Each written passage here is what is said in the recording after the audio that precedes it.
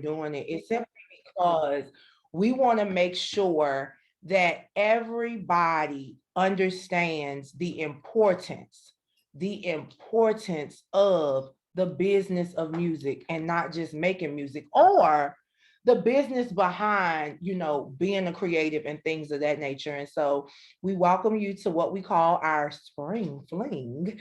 And this is the business meeting. So we definitely are going to go through a couple of things. So I ask that everybody keep your mics muted until time for you to speak, and also jot down your questions, so that when we get to the end, we're able to kind of, go back through some of those. So it's almost Q2. So we're going to talk about moving into spring. And so today's agenda looks a little bit like this. We are going to have some industry specific presentations, and we're going to let those individuals go ahead and kind of, get rocking and rolling. We want to respect their time. What we will do at the end of the 3 presentations, we'll, entertain some questions. I know Mr. Johnson is in, I think he's an hour behind, right? So what time is it right now? Where y'all at? It's 12:07, and you are very, very low, darling. Oh, I'm sorry. Can you hear me now? A little bit better, yeah. Yeah, my fault. There we go. That should be a little better. So we might switch a couple of things around, but this is what the agenda looks like. So take a snapshot of it, commit it to memory, and just know that towards the end, every independent creative here, we're going to offer you a time to speak your piece and be heard, because we want to know what it is that you feel like you need to be successful in this here industry. So without further ado, I will introduce myself to you. I am Lillie Mae, Executive Vice President of Sky4 Records, where we are an independent label. We solely focus in on grassroots artist development. What does that mean? That means we focus on you. We focus on your personal and professional development. We are still a record label. Yes, we still have artists. Yes, we'll still sign artists. But that's not where our focus is. Our focus is on making sure that you are prepared to go into the market, right? And what's the market? The entertainment industry, the segment that you want to be in. But the other part of it is we want to make sure that you have a portfolio, that your profile is marketable. And because of that, we have a couple of individuals here today who have established themselves in this industry, who have stapled themselves in this industry, but also they pride themselves on integrity and charity. And by charity, I don't mean they're going to give you some free stuff. They're going to give you information. And guys, just to keep it a whole buck with you, the things that you pay for are the things that you want. The things that you need, you don't want to pay for. So they're here today to give you some of the things that you need, but not everything that you need. So without further ado, I want to introduce to you Cassandra Vaughn, and she is super duper dope. She's going to talk to you a lot about the media side of things, but she's also going to talk to you about a couple of platforms that will allow you to make money from your content and music, and also business etiquette. So, Miss Cassandra, please come on off of mute and step up to the plate. Hey, everybody. First and foremost, I'm knowledgeable of both them. So I'm gonna mix it because I know about the music side and the media side. My focus is really on media because that's who I am and that's what I do.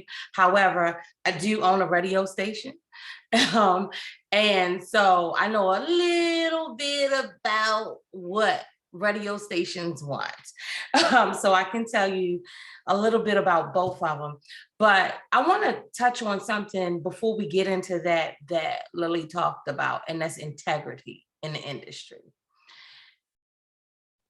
I don't care what you do in the industry. I don't care how you do it. I don't care what you want to do.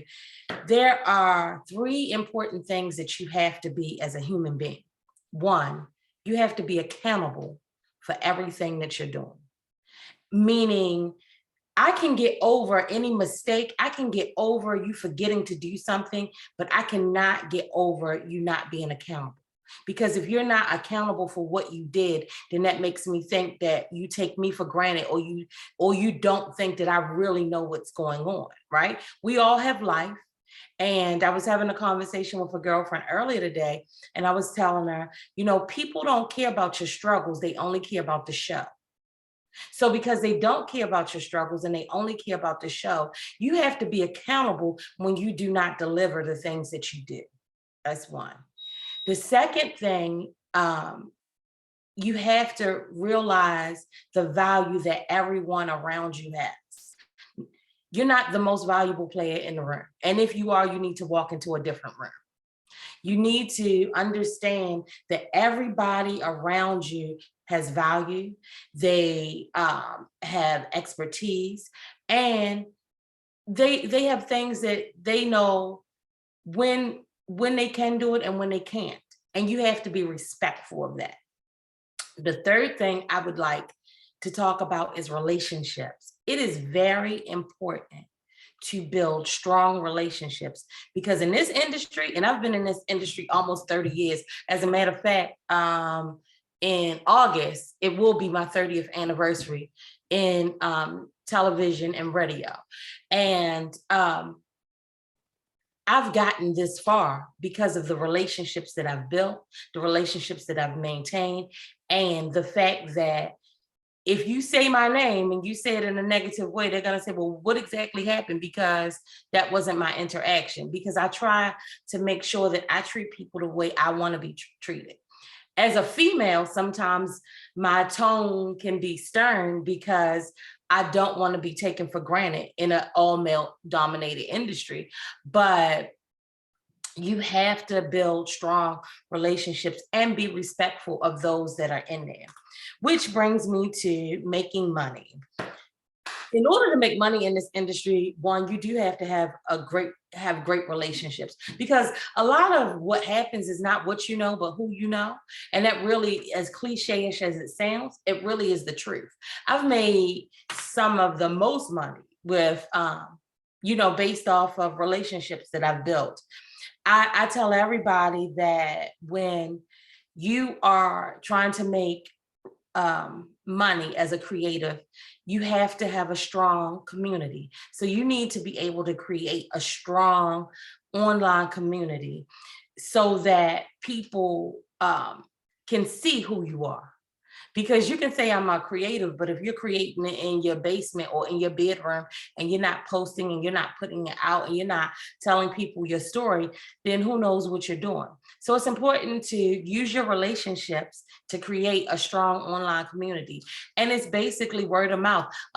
Like it's grassroots. That's how we get started, is through grassroots, word of mouth.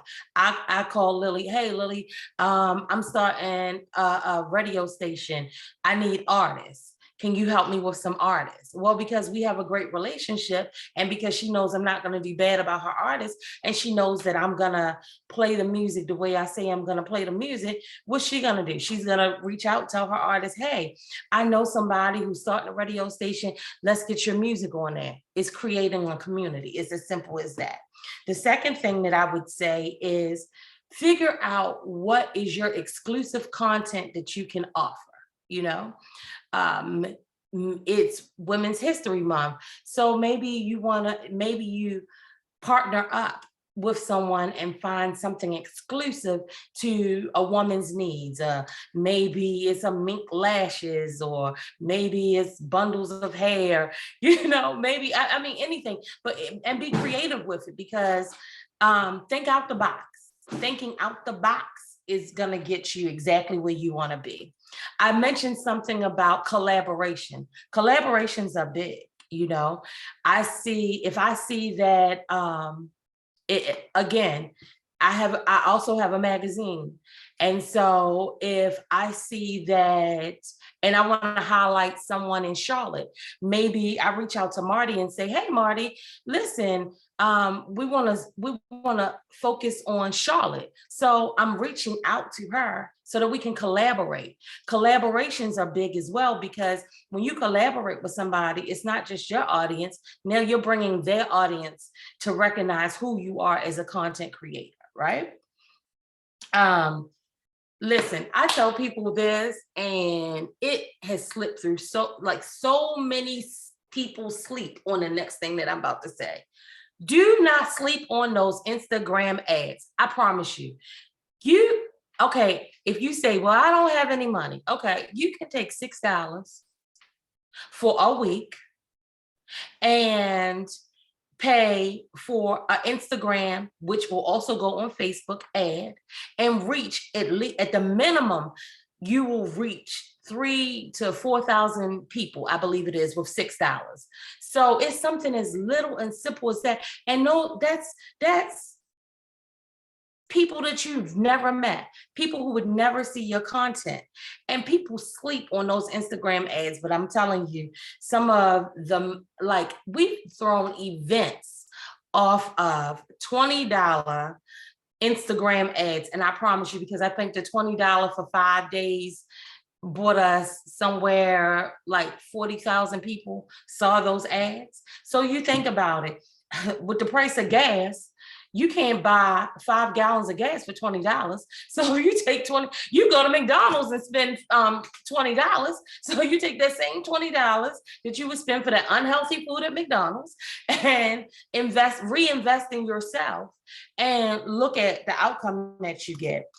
The other thing that I try to tell people to do is to always put out every conversation that you have, and you don't have to be overboard with it, but gently put out your products and your services that you offer. You know, if you are a video producer, you know, you can say, you can talk about, hey, if you need anything, any video needs, you know, let me know, and, you know, maybe we can partner up together. Maybe we can collaborate together, because we got to understand something. As much as we all want to make money, which is very important, some of the things that you do, you are not going to make money. Some of the things you're going to do is going to be building your relationship. And you have to understand that in order to grow, you have to constantly fertilize your ground. And fertilization, you have to pay for. You go to Home Depot, you go to Walmart, you go to Target, you buy that bag of fertilization, and you're constantly putting it in, and you're massaging your ground so that you can have your flowers for the spring, right? It's the same thing with your business. I tell people all the time, stop going to jobs from 9 to 5 and overworking for them, and then coming home and say you're tired.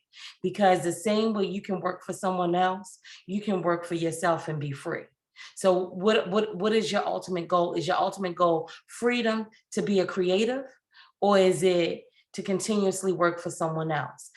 And that's pretty much all I have. Wow, Dr. CaSay, thank you. What I'm going to do is definitely ask you to stay on, you know, for the next half hour. Let's get through the next 2 presentations. And guys, if you have questions specific to Dr. CaSay, what we'll do after Nelson and Martie come, we'll go back and answer those questions at that time. So, but we thank you so much, and we will hear from you in a minute. All righty. So now we are going to come back, and we are going to ask Nelson to unmute, and we're going to talk about movies, films, and games will get you paid.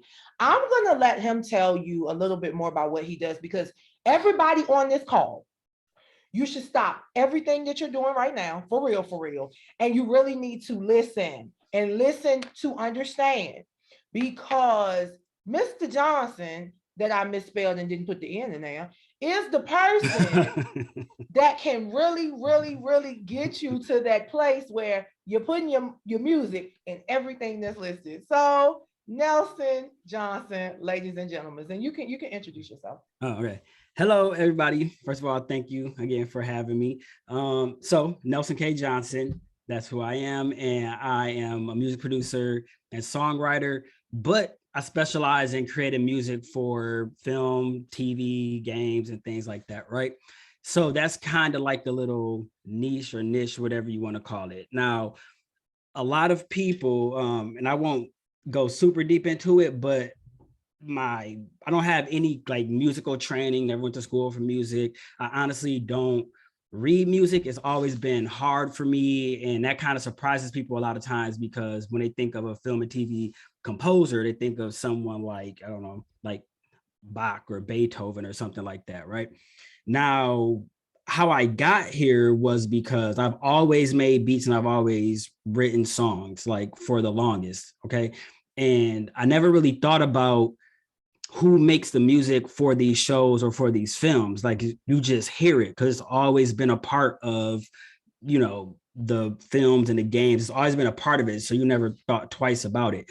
But yeah, one day I just figured out, like, people weren't really liking my beats at the time, so it's hard to sell beats, and everybody was selling beats. Everybody wanted to be a rapper, everybody wanted to be a songwriter, everybody wanted to be famous, and all of these things. And sometimes as a creative, like, you struggle with those types of things where you just trying to find a way. So that's what kind of happened to me. I was just trying to find a way, like, how was I going to share my music with the world, but not most of all, and how I was going to get paid for doing it. So around 2013, I got introduced to the idea of making music for TV, and I had actually, the job I was at the time, I actually quit that job and I went to California for an opportunity to make some music for BET. And that was like my first real shot, I would say. And that's what really introduced me to that idea more so. And as Dr. CaSay said, if I said that right, I'm sorry. Or if I said it wrong, sorry. Okay, good. So as she said, like, it's like your network. So coming from California back to Michigan, I had to figure out, how am I going to grow this network? How am I going to meet all these people? And what am I going to do? Because you can't go back and forth every single weekend. It's like expensive, like it's almost impossible, right? But not to spend too much time on that, I had to build strategies around that. And so I ended up calling myself the sync licensing strategist, because I had to figure out ways that I was still going to make this happen when I wasn't around where the action was. Okay. So I started reaching out to people online, and then I slowly started to realize that, especially now, people don't like to share information, right? You can always ask someone, especially when it comes to money, right? And especially music, I think you can simply tell somebody the gems and the keys and the tips, tricks, and all that stuff. You can simply just tell them, it's not going to hurt me. I'm going to do my thing regardless. You just tell people. But I struggle with that. Like, well, how did you reach out to this person for this film or this TV show? Nobody wanted to tell me. They just wanted to tell me to grind and keep my head up and do all this stuff, right?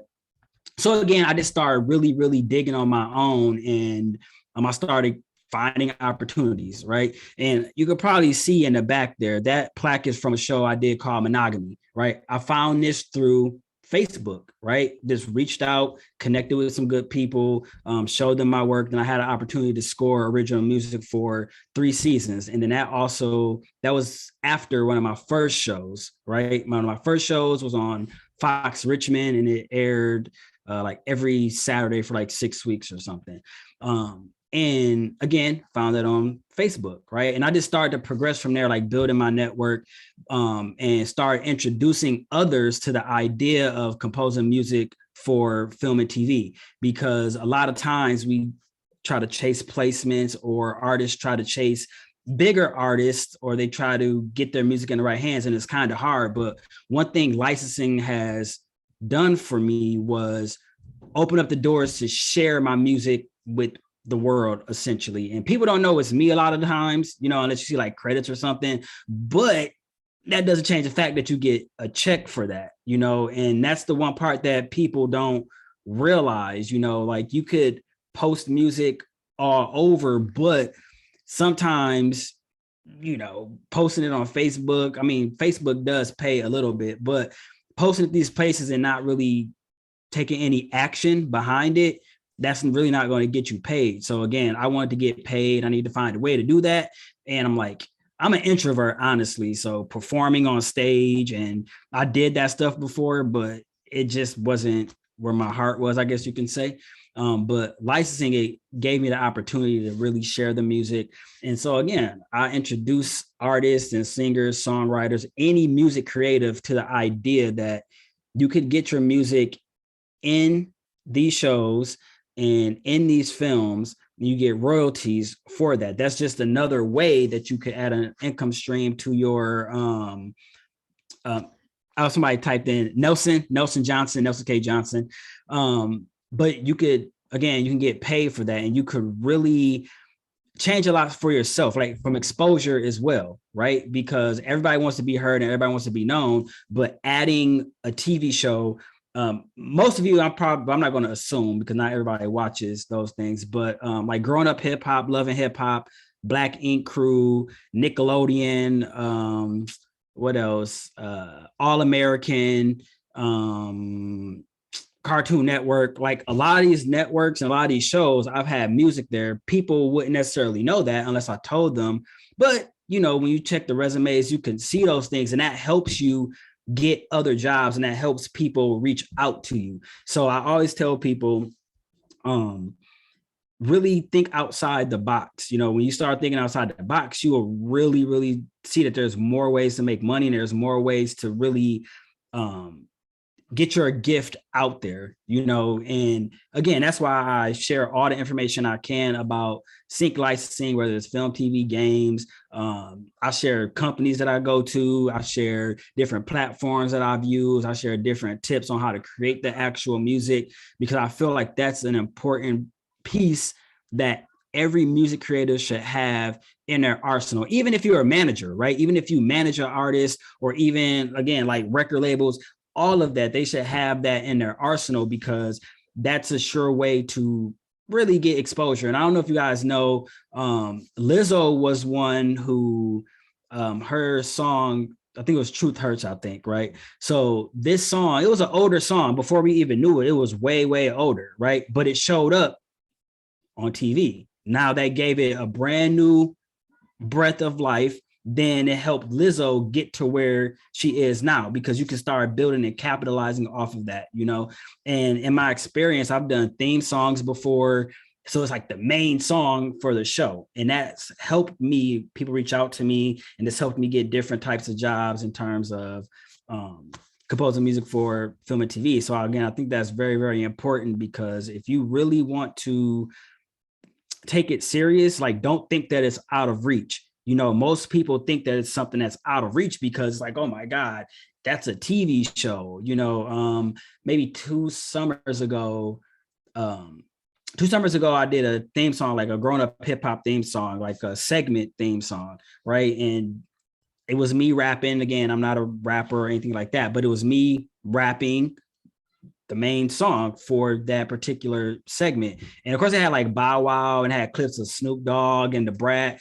And these are like all people that I grew up looking at and watching, right? And it was like, oh, it's cool that my voice is kind of like the driving part of this, right? So at one point I was like, I would never, you know, think of that happening, you know. So I try to encourage people too, like you could do it, you know, especially if you have someone like me. Anybody can ask me anything and I'll tell them. Like I said, that's not going to stop what I'm doing. And that's really, I feel, one of my purposes here, to really like share with people, you know, because nobody shared with me.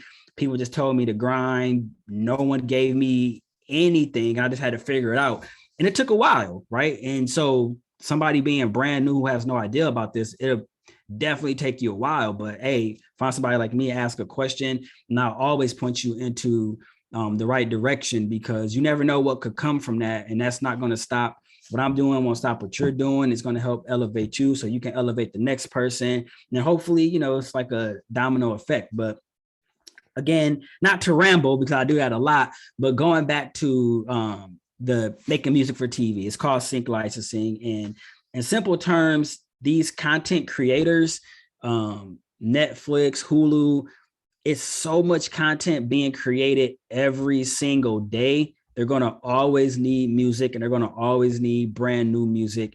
And in simplest terms, it's not about being in the right place at the right time, but just, again, like Dr. CaSay said, like, you have to know how to speak to people. You have to know how to communicate with people, and simply just, tell them what you need, what you want, and what you can do for them, and like, when you do that, I found keeping it simple that way, again, it's opened up doors. Like I said, monogamy is one of my biggest successes.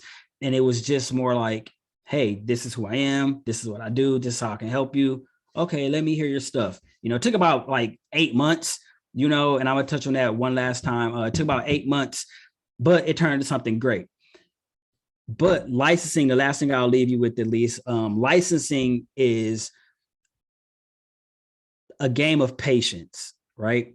And you're not going to get rich, especially overnight. Okay. It's not one placement on a TV show, then the check start rolling in, because everybody probably knows about these streaming numbers. And this is what a lot of people don't tell you, right?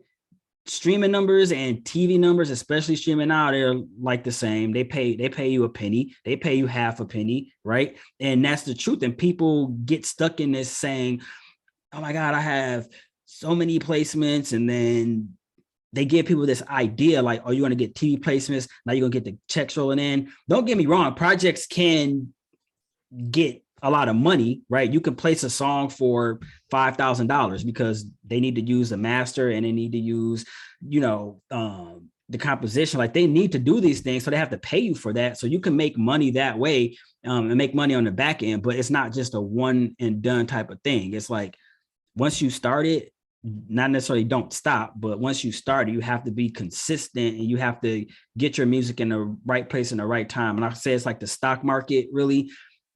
You invest money in stocks that you believe in, and in stocks, and the stocks are going to go up the more you do that. The same thing with licensing, but your music itself is the currency. So you're taking that music and you're investing it into shows and into programs that you believe in, so that it can continue to grow, because royalties don't grow. They don't grow over time because things become less popular, right? So one year you might have a great year on this particular show, but like the Kardashians, I had music on there before as well. But if you have music on the Kardashians, back when it first started, it was great for like 10, 15 years or something like that, right? But now it's off the air. Like, now the money's not going to be there once it starts to decline. So you have to continue to look for opportunities. You have to continue to invest in shows and in companies that you really believe your music can fit. And that's another thing that I like to say. If anybody have any questions, reach out to me and I'll give you like the rundown and like the ins and outs, essentially, of the things that you should do, you shouldn't do, because I tried everything to get on, right? And once I found something that works for me, I don't really change it much, because I'm like, yo, it's working for me. I might tweak it based on the situation, but for the most part, I'll try to stay consistent with the foundation that I have, because it works. And if you do the same thing that I did, then you could score for a show or a movie. And believe me, like, when you have your names and credits, right, and you could see it, it's going to change your whole entire mind frame, because you realize like, yo, you can do it and it's possible. And that's what happened to me when I figured out I could do it. I'm this kind of person, like, if they can do it, I can do it too. And, I think everybody should adopt that mindset. Oh, right there, somebody holding up. Sharif is holding it up.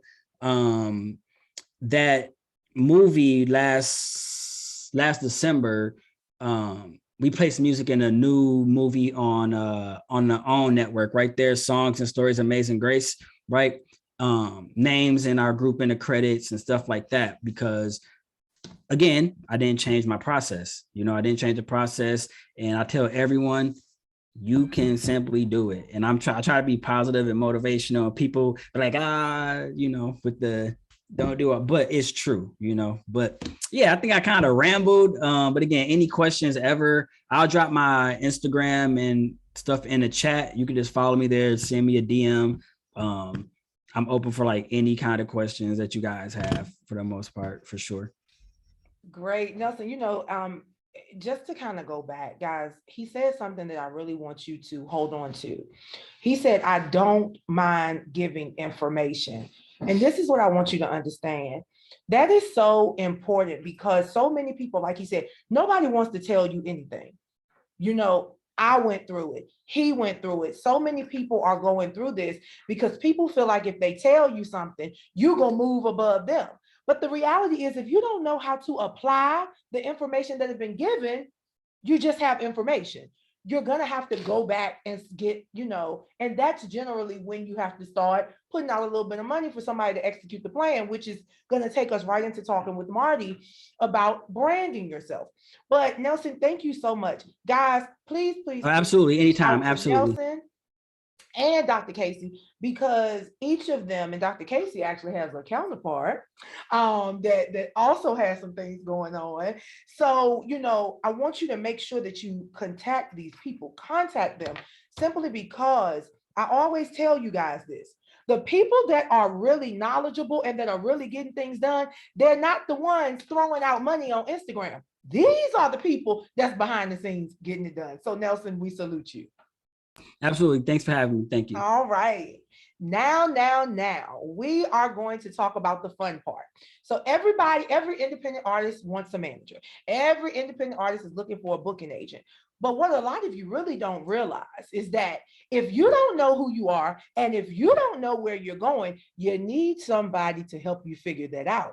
So the last guest we have today is that of a publicist, but also brand strategist. And she has a little bit of the best of both worlds because she's worked on the corporate side and on the entertainment side. So guys, how do I brand myself with Miss Martie Bowser? Okay, I'm off mute now. Why you made me follow up after them two people?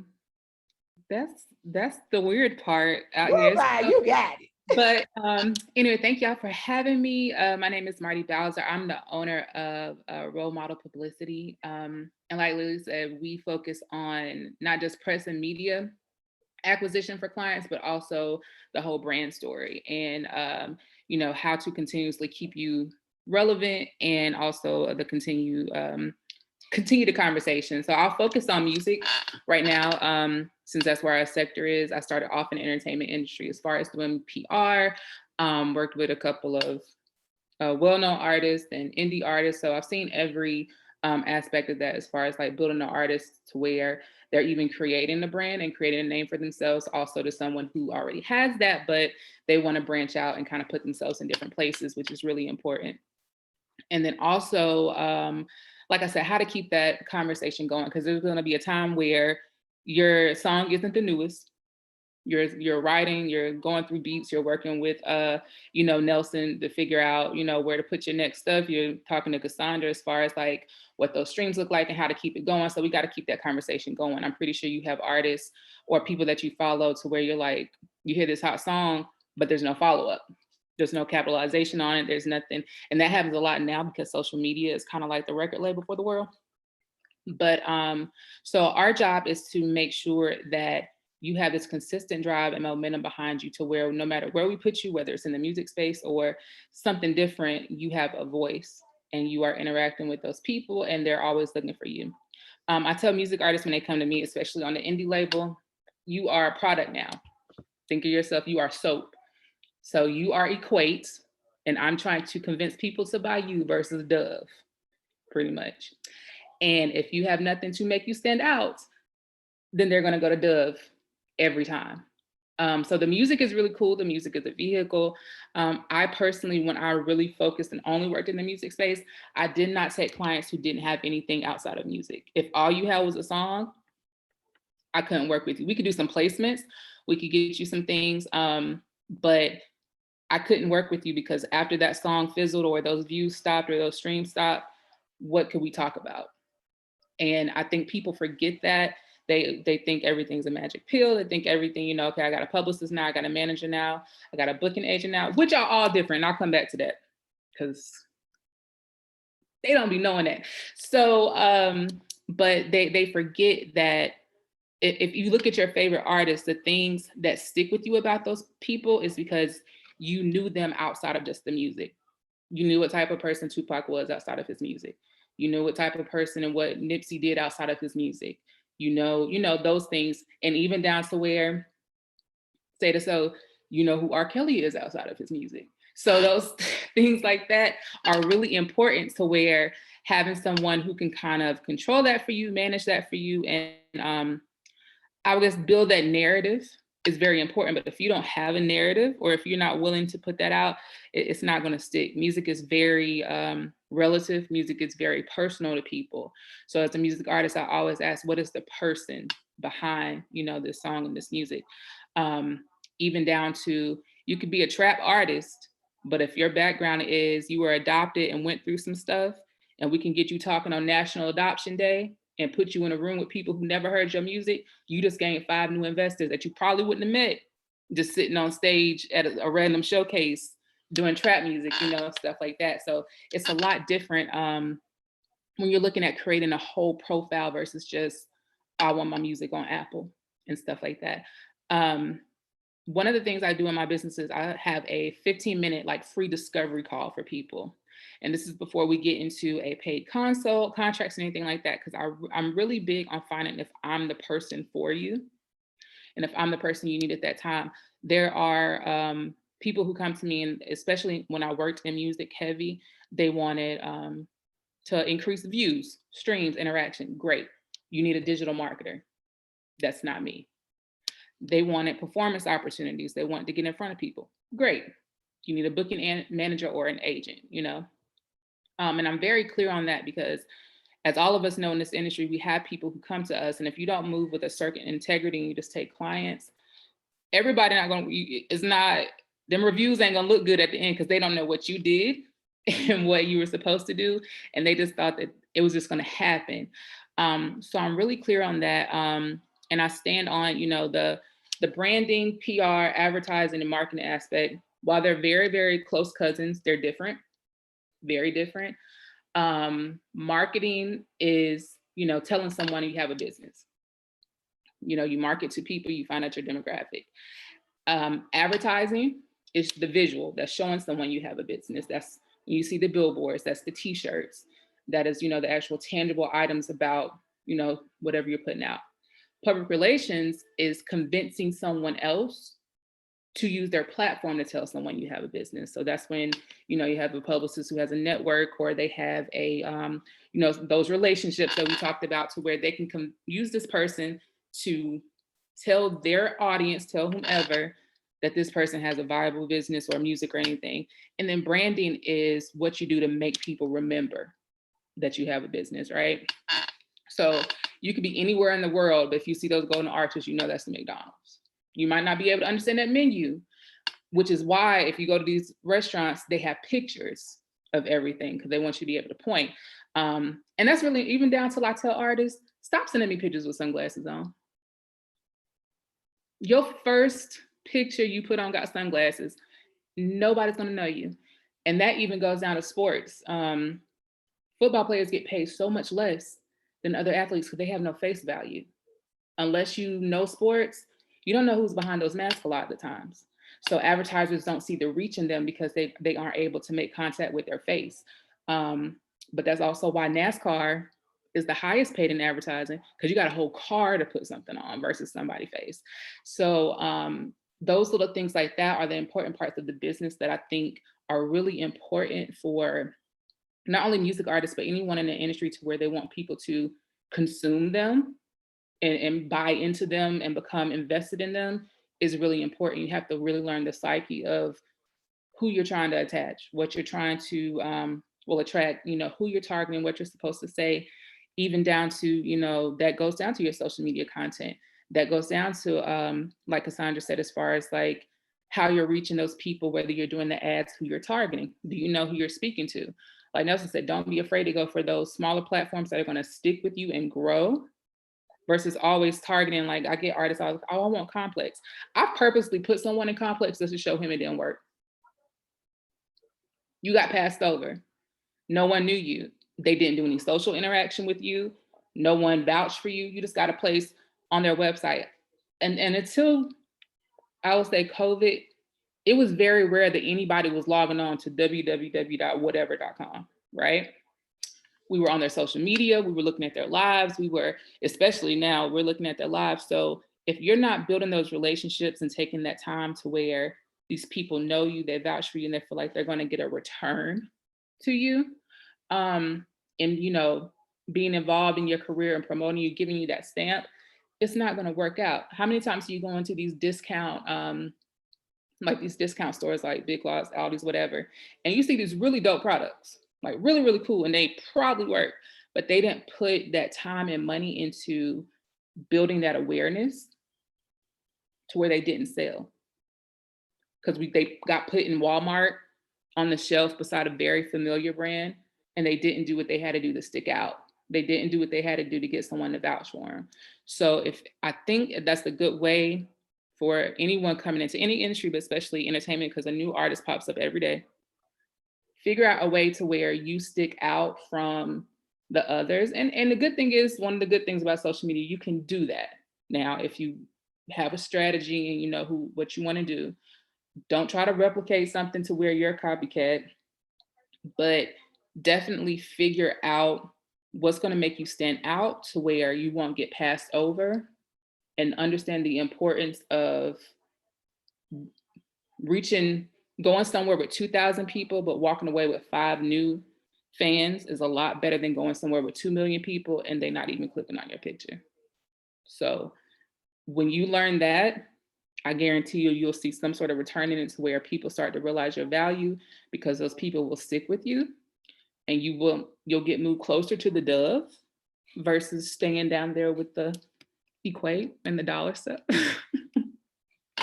I don't know, Martie. I like the dollar stuff. I mean, I already said it. When Dollar Tree stopped selling water-based lotion, Walmart has nothing for me. That's it. Like, as soon as Dollar Tree understands they need real cocoa butter, baby, Wally World gets nothing from me anymore. But no, seriously, when artists definitely in this industry start to realize that, you could come in this a lot of ways. You could buy your way into it. They're gonna find you out. I need y'all to research something called an A&R researcher. You go in there within 15 million streams, and they pull them through and saw all of them came from somebody back room in Tokyo, and you walk out of there with 20,000 real ones. It's off the deal. That's no more. You walk in, I need you to realize and understand the importance of those different people, of a digital marketer, of, a media strategist, or someone who can put you in front of people like Dr. Cassandra, someone like Nelson, who can get you to where your music is going to make money. They might not know your name if they don't watch some credits, but the bank gonna know your name. So, realize what you need to get where you want, and stop just throwing straws out like that, and kind of move with a strategy behind it, and try to remember, I'm trying to get up there beside Dove, and not stick down here. And you'll probably end up saving a lot more money, or at least spending it wisely and seeing a return to where you felt like it gives you the momentum to where you're not burnt and bitter and hate this industry. Because you got 2 times to come to me on the call telling me what the last person did, and I'm like, oh, well, baby, I don't even do that on dates, so I ain't about to do it on a business call. No, we don't do that. So yeah. Oh my God. Yes. Okay. So Martie, realistically, I know you dropped your information in the chat. So guys, we're gonna come, to gallery style. Well, I'm coming to gallery style so the other people can see gallery style. And if you have any questions, we will entertain a couple of questions for Dr. CaSay, Nelson, or Martie. But if you're coming off mute, let us know. Actually, raise your hand. Use your reactions. Use your reaction button and raise your hand so I can see who has a question. Okay, so Miss Dominique Perry, please come off of mute and let us know who your question is for, baby. Okay. How you doing today? My name is Dominique Perry. My question was for Dr. Miss CaSay Vaughn. And what you had mentioned real briefly about what radio is looking for. And I believe that's something that I can, create content for radio, and I was just wondering if you could expound on what the radio is looking for. Awesome. So radio, okay, so there's two types of radio. Let's talk about it. Is terrestrial radio, which is traditional radio. You get in your car, you turn on a radio station, right? And there's online radio. Okay. I'm gonna be honest with you. There's online radio, and online radio is like Sirius XM, online radio stations, things of that nature. I'm gonna be honest with you, and I don't even have to say I'm gonna be honest with you. You think about how you live. When you get in your car, are you turning on the radio, or you plugging in your phone and you listening to someone's radio station? Or if you have a car that has Sirius XM, are you listening to Sirius XM, right? So when you talk about what radio is looking for, all radio is looking for one thing. How many followers do you have? Okay. They want to know that as an artist, you have put in the work before you come to them. So especially terrestrial radio, they're looking to know that if you live in Bumblefuck, Idaho, that you have half of Bumblefuck, Idaho following you. They want to know that you've gone on the ground, and that you've gone to the clubs, you've gone to the dives and the ditches, and you've talked to your cousins, your mother, your sister, your brother, your uncles, your baby daddies, and everybody else in Bumblefuck, Idaho, and you've sold yourself. So before you can even ever go to a Martie, you need to sell yourself. And that's what a radio station is looking for, because Martie can do her job, and she can do her job really well, right? But she can't do her job if you haven't done what you're supposed to do first. I hope that answers your question. I'm sorry. Absolutely, absolutely, absolutely. Thank you so much. Yes, yes, I like that. Thanks, Dominique. All right, so we have Drea Nicole, and she's gonna ask her question. So what I'm gonna do is mute so she can ask her question.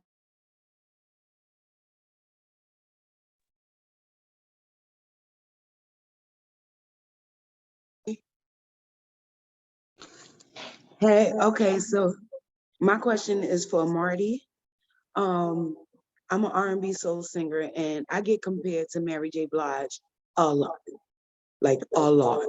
So I just wanted to know, like, could that work for me, or is it working against me? Because I don't want to seem like I'm a copycat. I'm not like walking around here trying to be like, oh, Mary did this, so I want to do that.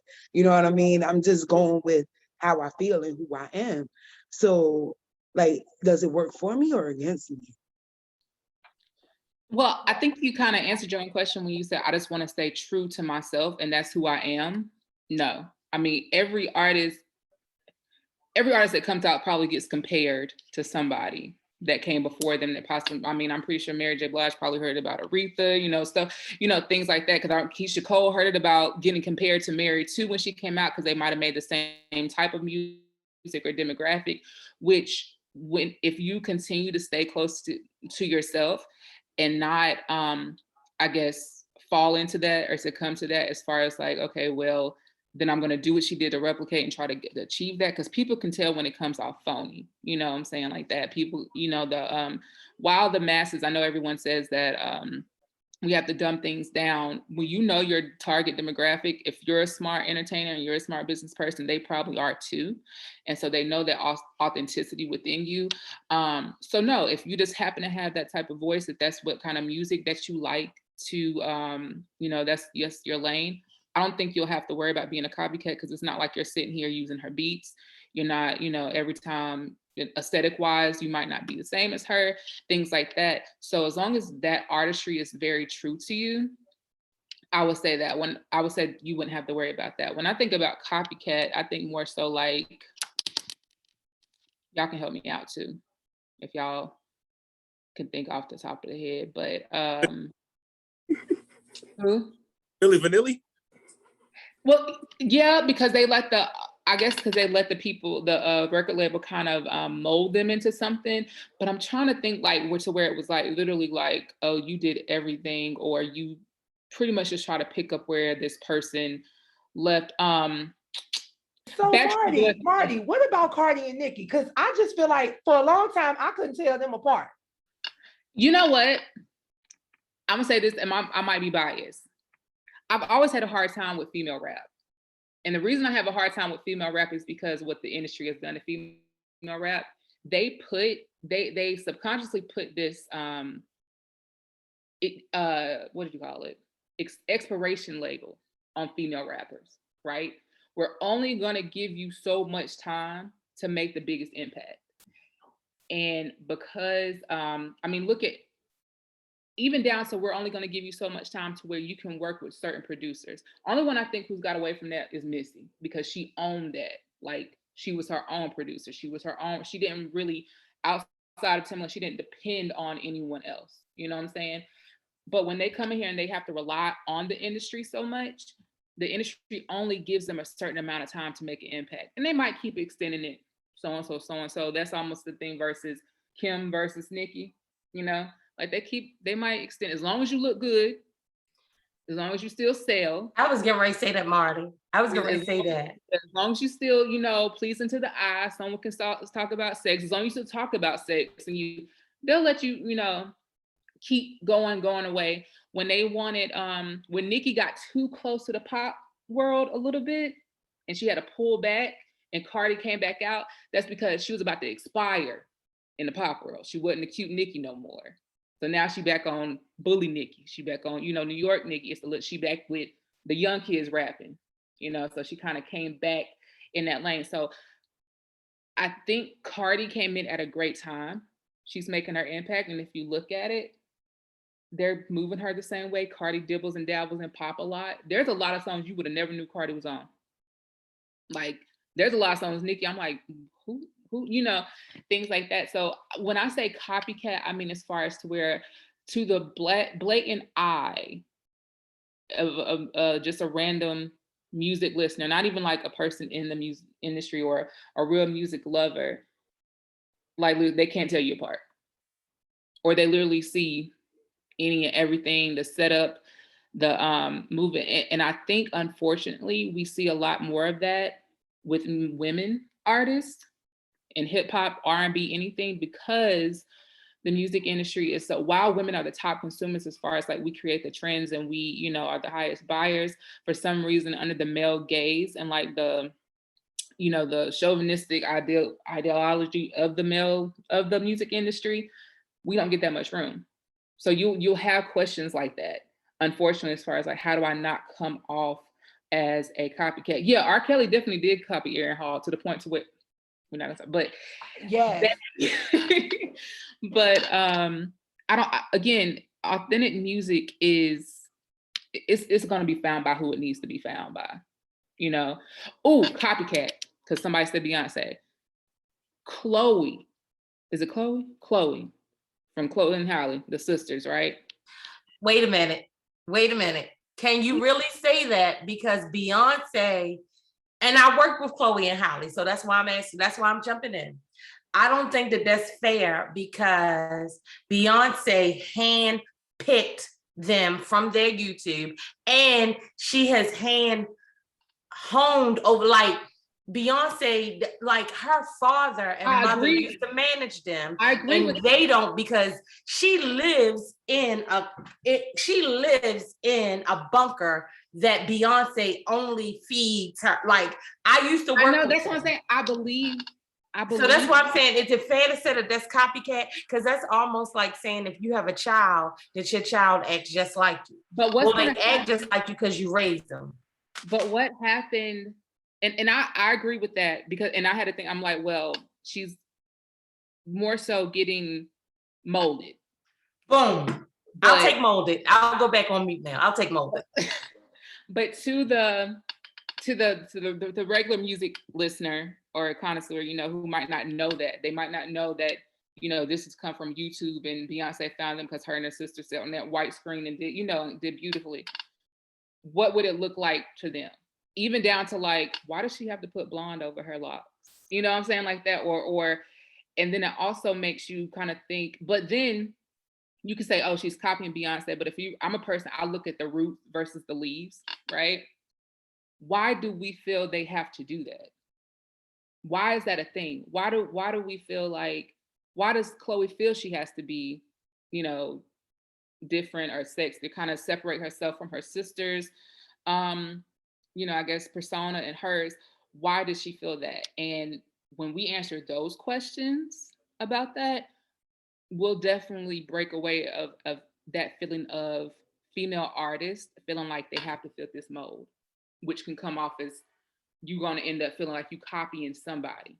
Every female artist goes through if they come out making Mary J. Blige type of music, which is like more so heartfelt or touching, you know, heartstrings, might be sad music, whatever. They go through a period where they make happy music and they don't do as well. They come through a period where they got to be heartbroken again. They come through a period where they got to be, you know, victorious, and she got to come back at 50 and look better than every, you know, so it's like, why do we have to make female artists follow these tracks and these molds or whatever? But again, if you work on like being authentic to yourself, work on your branding to where, even though if you might have to follow these little tracks, it's still your track and yours alone. I don't think you have to worry about the copycat, because what's authentic to you is authentic to you, and your fans would know that. So. Absolutely. And Mar, you have another question that's in the comments. Quentin said, you mentioned complex earlier. How will an artist realize that it's an actual machine in music, and that should not discourage themselves as artists not being recognized, but one who really has talent? That's just a question of like who's in it for certain reasons. You know, like if you're only in it for the acknowledgement to say, like, I have a lot of people like, I want this and I want that. And I'm like, well, they're not going to share you on their platform. They're not going to, you know, it's not a social interview. It's like, yeah, you can just go get a placement by, you know, like the 10 placements for a certain amount of money or whatever. But those get recognized. I'm like, and I'm pretty sure Cassandra has seen it, and Lillie, there's a certain type of write-up or placement that we know you paid for. Forbes India ain't got nothing, no disrespect to Forbes India. But when I see 5 of those and then next week you got a blue check, I know what you did. Cool, works for you, but don't come to me asking me to clean it up when Instagram take your blue check away. So I ain't got nothing to do with that. But when someone, if all they're looking for is the recognition or be able to say like, oh, I'm on Complex, and you share it to the same 5,000 people that followed you before Complex, you kind of did it the wrong way. Like, so I agree with you, there's a machine behind this. That's why the relationships and, you know, the work and you being your biggest cheerleader and you continuously to push is the only thing you should worry about. The other stuff will come, that recognition will come. I know a lot of artists who get paid for shows. They get paid off their streaming. They have great advertising sources. They have great streams on radio, and they don't have too much high reaching media, but they've done the business the right way to where they live off of this. Like, I grew up in New Orleans. Do you know how many bounce artists are millionaires and never have to live in New Orleans and never even came outside of New Orleans? So you can, if you do this the right way and you stay true to you because you know what you have talks to who you want it to, you don't have to, like you said, if you rely on your talent and just say, because it's in your heart and you feel like this is your job, if you worried about the recognition, it's not going to come, because the real ones who are in it on that side see that, and they're not going to play into that. Like, I'm pretty sure CaSay has had people come in that radio station and they come in with this like, oh yeah, I'm bigger than Jay-Z attitude, or so-and-so, and they try to talk her down as far as pricing or what this looks like, and I'm gonna give you whatever you came for and send you on your way. But if you come to me and like, you might not have the biggest budget, or you know, have a humble spirit, but I see you've done the work, you know what you're talking about because you respect what I do and what I can and cannot do, or what I will do for you, I guarantee you when I have something that I think might work for you and it's no skin off of me, I'm gonna call you back. So. Wow, guys. Oh, okay. Let's see. CaSay, did you have a question? Oh, okay. All righty. I'm sorry, not a question, not a question. I had a comment. I'm sorry. Okay, go ahead. That's why I raised my hand, because something that Martie touched on is very important about people who pay for placement, right? guys, please do the research. Just because somebody tells you that they're a publicist does not mean that they are a publicist. Martie, back me up on this one. Just because somebody tells you that they are a brand manager does not mean that they know how to brand anything except for the brand cereal that they may be drinking because they need that extra eating because they need that extra fiber in the morning, okay? Just because they tell you that they've managed something, managing at Dollar Tree is not managing an artist, okay? And I understand that everybody has hopes, dreams, aspirations, and they think that they know a lot, right? Because you should. But please do the research. If one more person comes to me and tells me, well, X, Y, and Z said that they could manage me. Well, what was their credentials? Who's the last person they've managed? What was their relationship with them? And then here's something, always remember this. If something is wrong with everybody that they've dealt with, you might want to look at that person a little bit more closely to see if it was the other person or the person that you may be dealing with. And something that Lillie says constantly, yo, put that shit in writing, excuse my language, but please put that in writing. Like, please put it in writing. Put your expectations in writing. Put what you feel as though you deserve and what their deliverables are, so that there is no miscommunication and so that everybody knows what is going on, okay?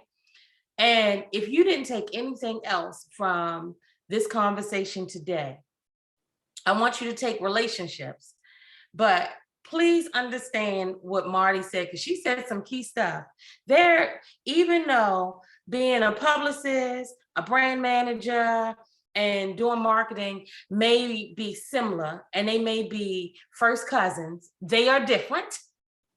And understand what it is you want, okay? Because a publicist is not your manager. A publicist is not your marketing person. A publicist is not your advertising person, okay? Get a budget for your advertising, okay? Please get a budget for your advertising. Do not expect your publicist to pull magic tricks from out of a hat and pay for it. Get a budget. If you need marketing done, talk to your brand manager and figure out who you are and what your brand is so that your publicist can pitch you to the media and to the places that you want to go. But before you do anything, please do the research.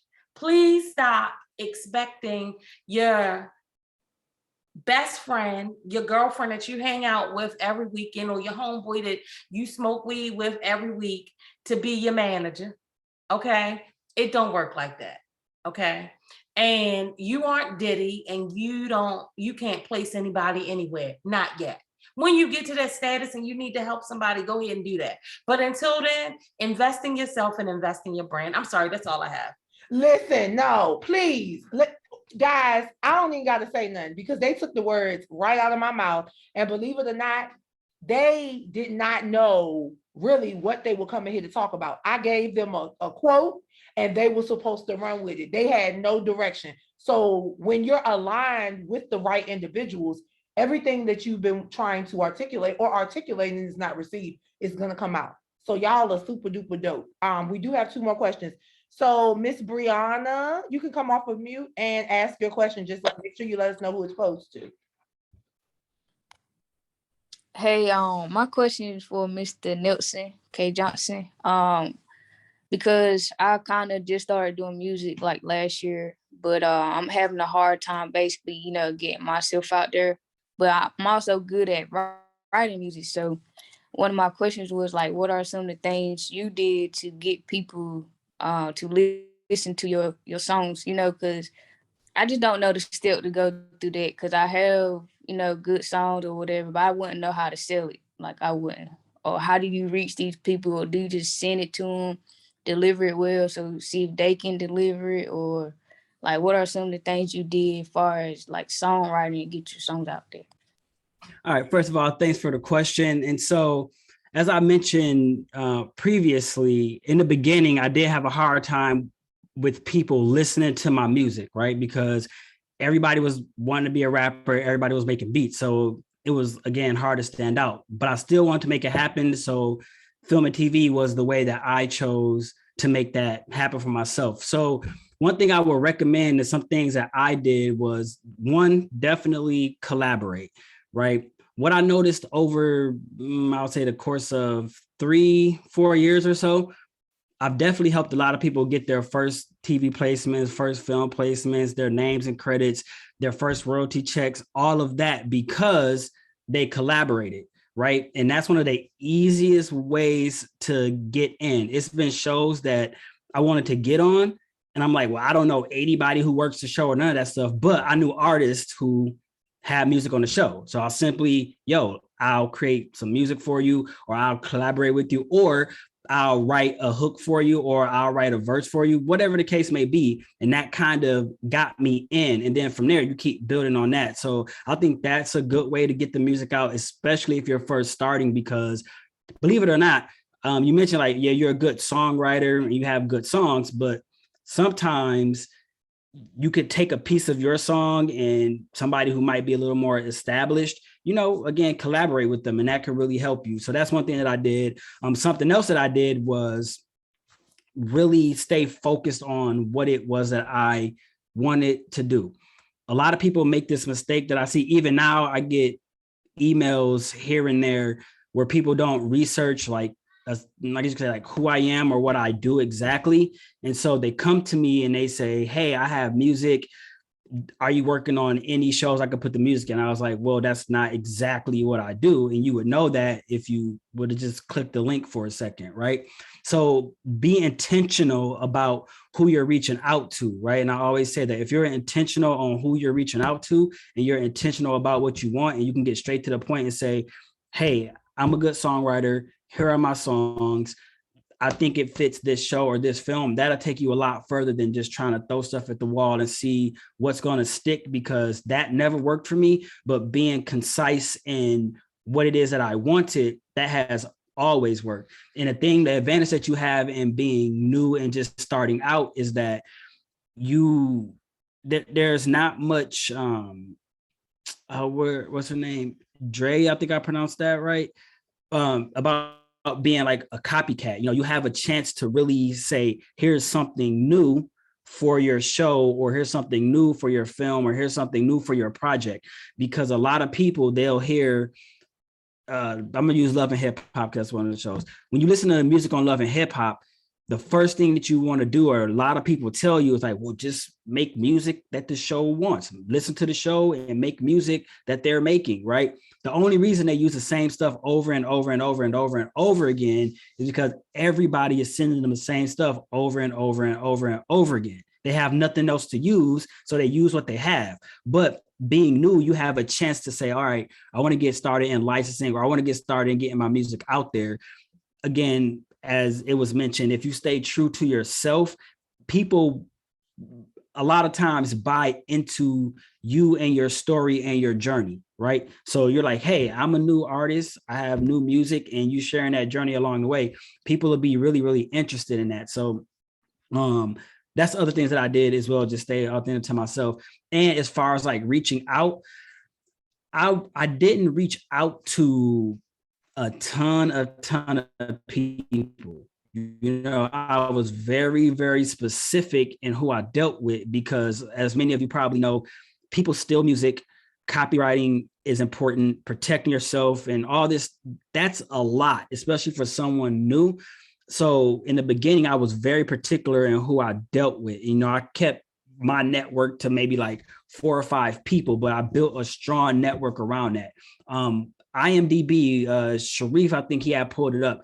If you go to sites like imdb.com, you could research any TV show that you want, right? Any TV show or any film, and you could check out the people who are a part of the show, the supervisors or music supervisors, music editors, directors. You can research all those people and simply give them an email if you could find it, really. Like, give them an email or reach out to them and just tell them who you are, what you want to do, and start building a network from there. But again, be very specific about what you want. If you don't make music that would fit a particular show, don't reach out to them and say that you could do it all. You know, let them know exactly who you are, exactly what you can do, all of your capabilities, and don't go beyond that. And that'll definitely help you. So those are some of the things I really did: collaborated, stayed true to what it was I was doing. And I was very concise in who I reached out to and how I reached out to them and what I really said. So hopefully that answered your question. If not, I could elaborate a little more, but yeah. Wow, thanks so much, Nelson. That was Absolutely super duper dope. Absolutely. And so guys, like go back in the chat. Nelson did drop his information so that you can definitely reach out. We have one last question, and then we're gonna move on through, talk about the Artist Advisory Council and what's next, so we can open it up for the artists to really have their time. Okay. So Sharif, come on off of mute and ask your question. Let us know who you're posing it to. Hey everybody, how's it going? This question is posed to Martie, but kind of referencing what Dre and Nicole had said about being, compared to Mary J. Blige all the time. Would that be a good way for her to now look at marketing and strategy that may have worked for Mary J. Blige, to kind of have a guideline of what market she can go for? Being everyone's telling her she sounds like her, she's not trying to be her, but now maybe she can start looking at that market as what has worked for Mary J. to kind of help. Yeah, I think that's the importance of knowing your target demographic, and if so, chance your target demographic definitely falls within that. There's no harm in, while not copying her, like I said, down to the aesthetic, down to, the song content or anything like that. There's no harm in saying, well, if Mary got a great reception because she scaled down her major concerts to like smaller intimate venues, me being a beginning artist, maybe I need to focus on that type of venue as well. If Mary did interviews and we saw her, of course she had Essence and Ebony because she's married, but she also gave chances to some of these smaller publications where she ultimately got the cover. They did the great behind the scenes footage. They did this and they did that. There's no harm in doing that on your scale as well. So, I mean, if you look at the music industry itself, there's a template. They don't break no will. They don't, the biggest thing that broke the will was social media.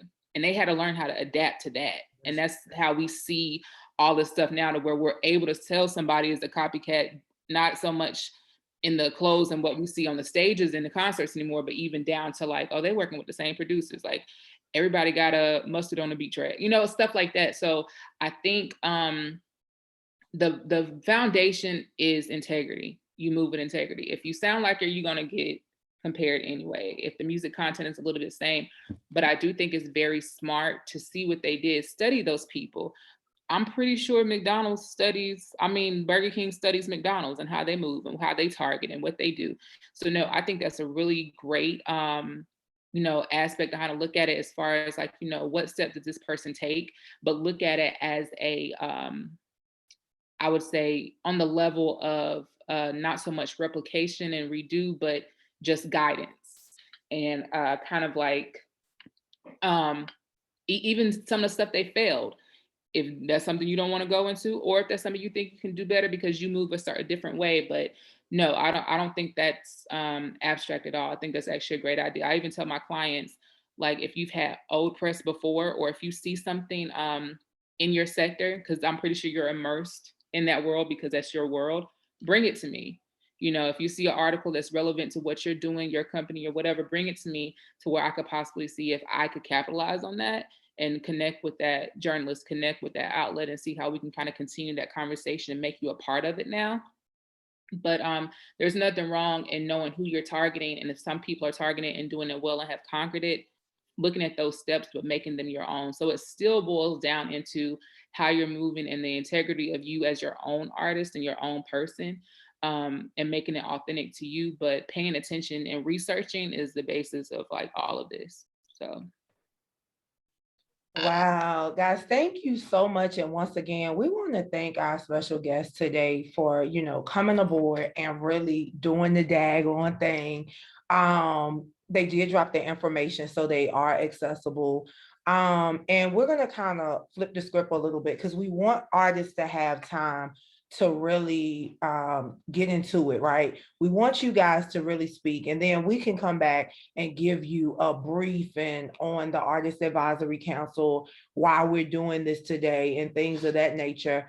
But we really want you to have an opportunity to, you know, come aboard and just talk about some of the things that you really feel like you need to be successful in this industry, because we understand that it's hard out here. We get that. We get that. And so we definitely want you to kind of, you know, jump in, talk to us, and just let us know a little bit about some of the things that you feel like you need to be successful. So if you'll raise your hands using the reaction button, we'll take about 3 or 4 individuals that have some things that they want to express relative to this industry and what you feel like you need. Not the things that you want, but what do you feel like you need?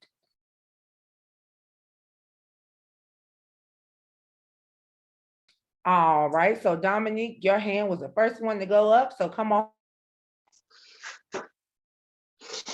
Okay.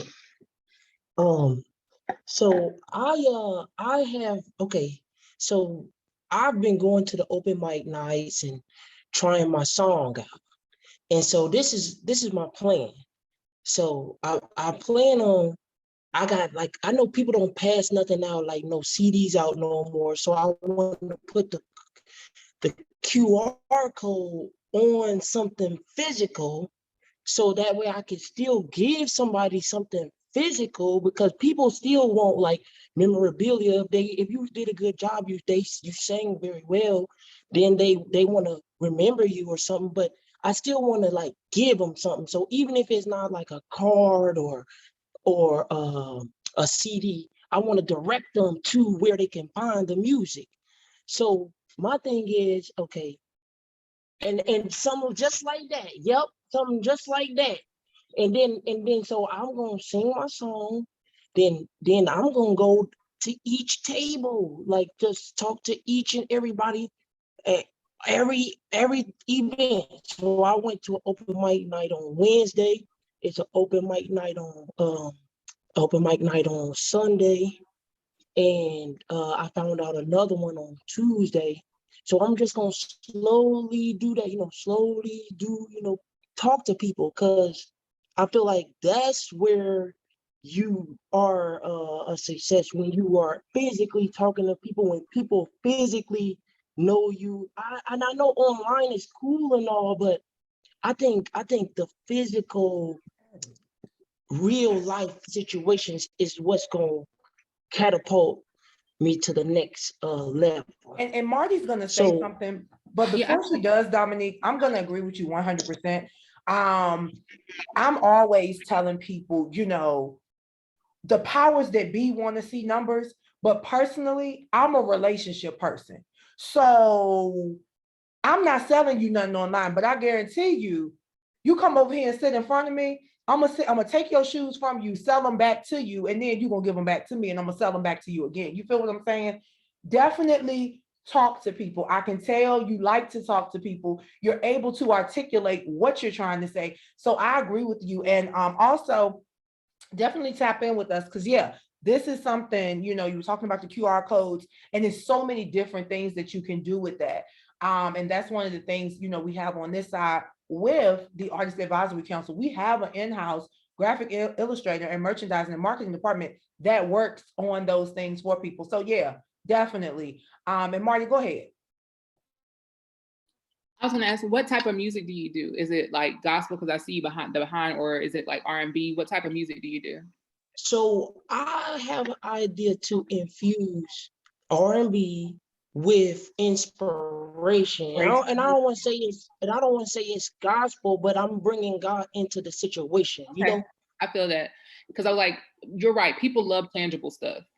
You know what I'm saying? People love to be able to walk away with things. I have a dry cleaning company here in Charlotte that I work with. And when we go out, we actually hand out clothing hangers. That's our form of branding. Like, it's literally the clothing hanger that you will use. And we tell you, if you use this clothing hanger on our first delivery with you, you get 10% off, right? So that inclines them to use it. But so I was gonna say, if you were more so gospel inspirational, get you some church fans made with that QR code on the back, because I got church fans. I keep them. Okay. Bookmarks are really cool, but if you're doing something where you're more so in the R&B space, the QR codes, the cards that Lillie showed are great, but if you know there's certain people there, like the judges, like anything like that, go ahead and invest in you some personalized USBs, things like that have your picture, your social media, kind of brand them to you and hand them to you. Because one thing, like when you start going, I'm pretty sure when you go to these, go to the actual events and stuff, they make you bring your music on a USB, right? So leave it with the DJ, don't take it back. Leave it with them. Leave it with the host, and make sure you got, wherever you go to get it wrapped, if they could put a picture or put your name, put your social on it, put your song title, if it's just a single, leave it with people, because that's a tangible item. I had a young lady when I was in Atlanta one time, and I'm the worst. I tell people, please do not give me a business card, because I have nervous hands. I'll be talking to you and I'll be ripping it up in front of you. And it won't be any disrespect. It's just, I'm one of those people, what do I do with my hands? You know, so tangible items are really, really cool, and make it relevant to where it stands out. That's why I said, like, with the picture behind you, I was like, if he does gospel, go ahead and get you a church fan with your picture on it, look like Martin Luther King, and go. And just I know this. put a back and keep it moving. But yeah, see if you can find something. Yeah, the cassette style flash drives are really cool. I know they make those little flash drives now, like I said, that can be wrapped, put your face on it, something like that, to where if a person throw this in their car, you know, because they leaving and they clean out their car, they see it, they might make them think twice, you know, about who it was, or something that can walk off the hand. So yeah, I'm right with you. Find a way to be tangible and to leave out that showcase with them. Find a way for them to, you know, remember you when they're looking at it. Leave it with the DJ. I think that's the worst thing an artist does, is take their stuff back from the DJ. Like, that's the person you wanted to play it all night. Why are you gonna take it from them? You know, like, you don't know, they on their next set or something like that, and they might just throw it on because it's up under, you know, when they switching over. So, and that's another thing. Stop trying to talk to these DJs while they in the middle of a set. Please do. Please don't do that. Please don't do that. I'm sorry. Marty, you knew I was gonna listen. My husband is a celebrity tour DJ. Please stop doing that. Stop coming to the booth asking, can you charge your phone? No, charge it at home. or Dominique, or you go and you get those portable banks. You know, those charging banks, put your face on it and the QR code and hand it out to people so they can stop coming to the DJ asking the DJ, can he do it? Okay. And to piggyback on what Marty was saying, the other thing that you can do is, like, on Wish, like for $10 a case, you can get the new iPhone cases for, like, I mean, not $10, I'm sorry, 10 cents a case. You can get the new clear ones, put your face on it or put your QR code on it, hand it, because I'm telling you, as much as I break my phone case, if you hand me that, if we had an open mic and you hand me that, I'm probably gonna take my case off and put yours on. Think out the box of the stuff and invest in yourself. Wow, absolutely. Amen. Okay, so Dominique, I hope you got some spectacular games there. All righty. So we are going to, let's see, Keyshawn, just Keyshawn, and then we'll come to Brianna and then Andrea. So Keyshawn, come off from mute, baby. All right, can y'all hear me? Mm-hmm. Okay, so a little background about me, if y'all don't know me. My name is Mikhail. I go by just Keyshawn. I'm still fairly new to everything, but I'm a recent graduate of Full Sail University under audio production. So I'm still getting into, like, the whole songwriting and, you know, producing myself. If you hear me, besides the beat, I ain't got into the beats yet, but if you hear any of my music, I produced it, I wrote it. You know, I've started branching out. I've made trips to do stuff with Lillie and SkyIV to Atlanta. So I've been there a couple of times. I've gotten in the studio with, you know, an artist that I'm close with, and he's also a songwriter. I want to point out the cassettes. I was looking at the cassette tape USB because I want to, like, pay homage to, you know, like, selling CDs and mixtapes out your trunk and all that, you know. I want to say something, Martie. You pointed out like working with people who have stuff outside of music and stuff. Like me, I'm actually a proud advocate of like suicide awareness. So I've been through my own stuff. I've gotten this far. Music helped me a lot. That's actually one of the main reasons I got into music. And it's just like my love for it grew over time. So like, I was just wondering like, how could y'all say I could kind of be myself, but not like do too much? Cause you know, some people hear some stuff and they just be like, you know, they doing too much or they talk about this too much. Like, how do you balance, you know, not crossing the line? People recognize you being authentic. Like, being true to who you are is never doing too much. And cliche, but true, real recognizes real, right? There's one thing for you to say, I support suicide awareness, but if you don't have a story behind it or reason for it, then you're probably not going to be authentic. That's just your storyline, right? But if you have a story, share your story, because you never know who needs it. You never know who you're touching. You never know who you're blessing. You never know who was too ashamed to talk about their story. And that's your connection. That's how you build your relationship. Wow, and you learn something new every day, Keyshawn. That's definitely something, you know, we can build around. Like, you know, Martie was talking about speaking places and doing things like that. Everybody wants somebody to listen to their music, but she said it, CaSay said it, Nelson said it. People got to know who you are before they're going to listen to your stuff. So absolutely, we'll definitely get into that and dive in a lot more. So that's really, really dope. All righty, Miss Brianna.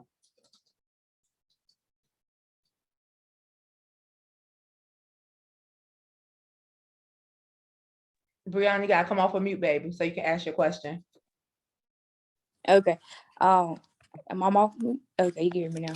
All right. So basically what I feel like I need is basically what you guys providing, like, you know, the advisory council stuff. Like, I need the knowledge, the wisdom, you know, the do's and the don'ts, because, you know, it's a lot of stuff in the out of this world and I can be pretty gullible, you know, just how to speak and be able to tell my story, you know, like, you know, just the whole full team, like producer wise, because I get tired of like, you know, going to YouTube and using other people's beats, because that make it hard for me to find, you know, myself and to help with my music, you know. So basically, but my question is like back before, I'm trying to ask, how do I feel? I mean, how do I deal with being a female artist when mostly people tell me, oh, you got to sell yourself, basically like sex sells, or you basically, you know, they just try to change you. And really, I know who I am and I like to tell stories. I like to talk about real stuff, but it's like, they're like, well, you can't talk about that right now. You got to get your audience, da da da da. Then maybe in the future you be able to tell your story and be able to, you know, talk more of that real stuff. So my question is like, how am I supposed to deal with that when it's already hard enough for like female artists if you're not talking about, you know, your vagina and all the other stuff that everybody talk about? Can I touch on that right quick? Please, Nelson. So look, listen from the man. so okay, look, kind of how I mentioned a little bit ago, right? One thing that I feel is an issue is that, one, people like consumers is who I'm speaking of, right? You don't really know what you want until like you hear it. And so a lot of times we hear the same thing over and over and over again. So that's like what the expectation is. So in this example, every time a female artist comes out, the only thing that we expect is what's been out before, right? And so I think that gets very difficult. But again, from a TV and film perspective and how this can relate, it's like, stay true to yourself and give the people what you want to give them, because the moment that you allow somebody to tell you what they want from you, then you're going to essentially lose. And so how that compares to film and TV, there's a lot of requests I get all the time where they say, hey, they want you to be original and they want you to be true to yourself and all this, but then they say, hey, can you send us a song that sounds like Imagine Dragons? Can you send us a song that sounds like this song? Can you send us something that sounds like this, right? So now when you say, I don't really sound like this person, then you kind of lose out on opportunities. And that's happened to me before. But there's also been times where they asked for something specific and they wanted it to sound like this. And I gave them something that was not that. And it still worked because I felt like, well, this is me. This is the kind of music that I make. So my advice and from my perspective, I personally wouldn't get so caught up in trying to figure out what you can do to appease other people and just do what you feel is right, you know. And I've had luck that way, just doing what I feel is right, doing what I feel is going to work best for me and makes me feel good about putting it out. Because once you put out something that's not you and it works, you're going to be stuck in that box. You're going to keep doing the same thing over and over. You know what I mean? So I personally would say, try to put that out of your mind and like really just the kind of sounds you want. And like I mentioned, at first people didn't like my beats, I would say. I don't know why. Somebody once said my stuff sound like techno music, but it didn't bother me much. I'm like, yo, I mean, that's the kind of music that I make. That's the kind of music that I want. Those are the kind of sounds that I want to use. And that's what's gotten me this far, because once you put yourself in a box and you start letting someone say, well, make some songs like this, and that's going to make you popular. Now, once it makes you popular, then what are you going to do? You have to keep making songs like that. That's the reason why artists keep making the same kind of songs, because we hear it over and over. The consumer is saying, hey, we want this from you.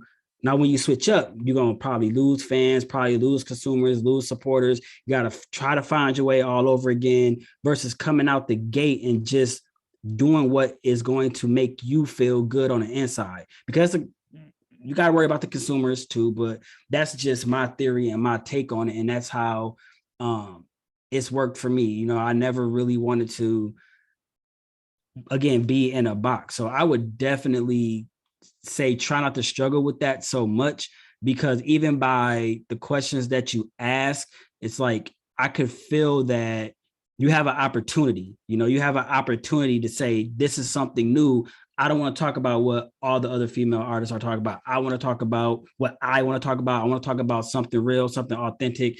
And 1,000 fans that will pay $5 for a release every single month that you do something, I mean, you'll be all right. You know what I'm saying? You'll be all right. 1,000 not hardcore, but 1,000 authentic fans that will purchase your music and that will purchase your merchandise will go a long way, you know? And so, yeah, I just wanted to say that little part right there.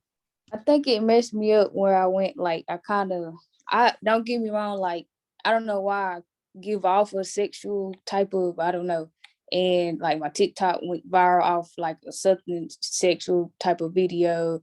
And then so like now it just seemed like that's like what everybody want. And I kind of having trouble like trying to balance it out, because I'm on TikTok is very sexual. Then on Instagram, they like want to see the girl model version of me. And I just been having a hard time trying to balance those out, because when I was, you know, coming out with my music, like telling my story and stuff, like nobody was listening to that.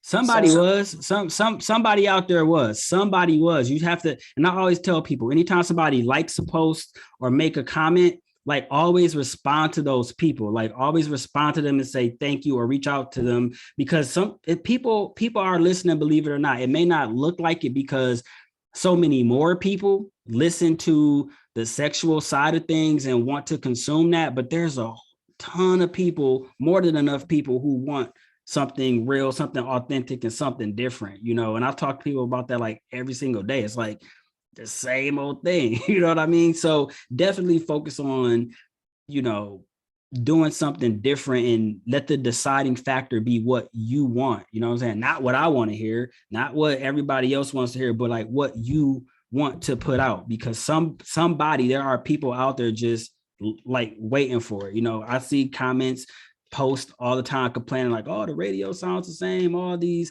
new artists sound the same. You have Lil Uzi, Lil Wayne, Lil everything, it's all the same. It's like regurgitated all the time. right? And that's because nobody puts a stop to it. You know, nobody wants to be different. We want to get up to the top like super quick, you know. So yeah, do what's gonna work for you, I think. And guys, we have so Los Diggity 813 tapped in from Tampa, and he is actually on the Sky 4 Records label. And so he's gonna tell you a little bit about his story and kind of how he's had to kind of cross over and start doing more influencer things on top of the music. So I want to tell everybody hello. Hope everybody's having a good day. It's your boy Los Diggity. Yeah, and what she was speaking on right there about like the TikTok, like certain things work and certain things don't. Like me, when I first came out in this music thing and I started rapping, I was 13 years old when I first got in a professional studio.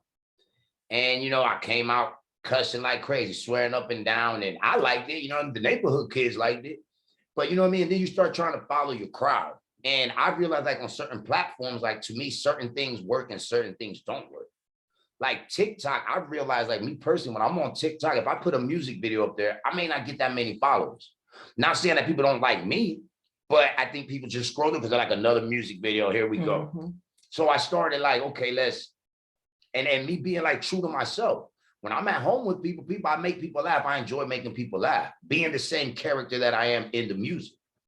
I don't want to switch who I am. So when I do my TikToks, I just record what real life situations I have, which are, I would think, you know, when somebody's like, oh, you have to be there, it would be funny. So I switched up the little things, and now the TikToks are actually doing a whole lot better. But not to say that, what does the TikTok lead to? Them to go follow the music. And they are understanding now the music, and they're vibing with who I am. And I think that's a big thing for her. And like she said, with the sex sales and all that, I was listening to her, I was picturing like, as weird as it sound is, Young and May. When I first seen her, she had the image of, you know what I mean, a tight shirt on with tighter pants, more of a female, hair in a ponytail. And as I was watching, you could tell that wasn't her. Like you could pull up those videos, you could see that like she's not comfortable in that whole environment. Like from the clothing to everything, it was not her. And when you start seeing her come out and start rapping the way she wanted to, look at her music, yeah, she talks about sex, but she talks about it through her eyes. You know what I mean? And that's why I say feel comfortable and make your music how you want to make it. And like you said, people are listening. People are listening to it. Like, and I think that's a big thing with it. And I want to touch on a little bit with everything what everybody was talking about, like the paperwork's big in your early careers, yo, get the copyrights done. Because I can share some experiences that I went through early in my career that could have led me to big money, big, you know what I mean, popularity, a lot of things. I had a record, I can't recall exactly the year, but I opened up for an artist named Ace Hood. He was out of Miami. I opened up for Ace Hood, and I had a song because there was a tattoo group in Tampa, and they were like, we heard about them. They were signing artists. They were investing money in local artists. So my way there was like, okay, like you said, the songs and stuff. I was like, how can I get these people to listen to it? Because I was giving them demos. They weren't paying me no mind. I said, all right, well, I'm gonna make a song based off of your name of your company, which was Hustle Hard Tattoos. So I recorded a song called Hustle Hard. I did it, I performed it, I gave it to them, they liked it, the music video. Now I started getting their fans like, yo, you heard the song, now they used it in a commercial. They had Antonio Tarver, who's a boxer from Tampa, he used it in his promo, the Hustle Hard beat, everything. I was dope with it. I opened up for Ace Hood. Mind you, I'm young. Everything I was doing, recorded the record, we got it in commercials. I opened up for Ace Hood, everybody loved it. A couple weeks later, I hear on the radio something that sounds very, very, very similar to my record. Had a remix with Lil Wayne and Rick Ross on it. Yeah. Long story short, basically the record was stolen from me.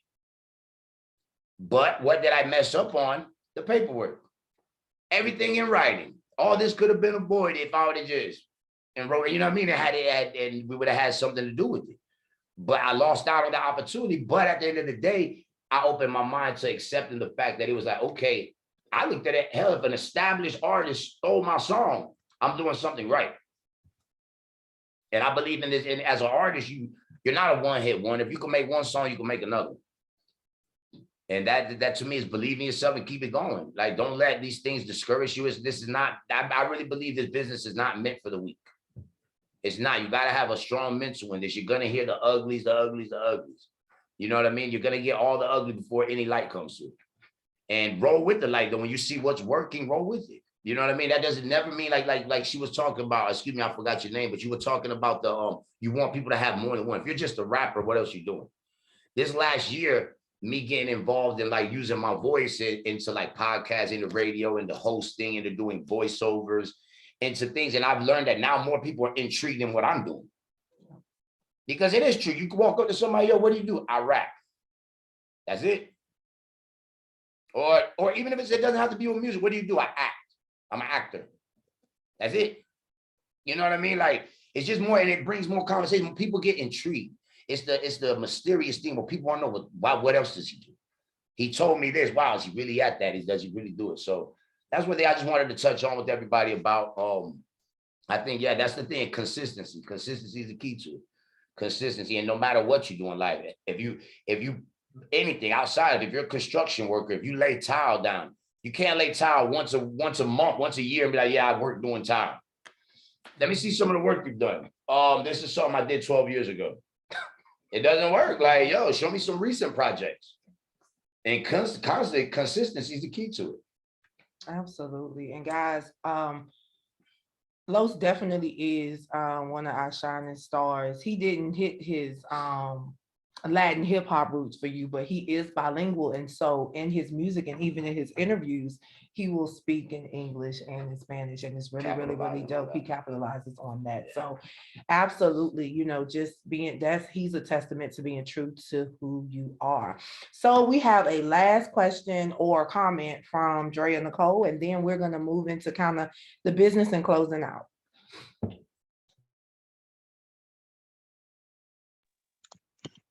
Hello again.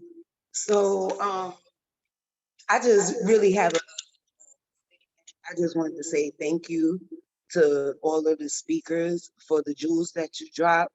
The jewels that you dropped was, some of them was new to me and a lot of them was confirmation.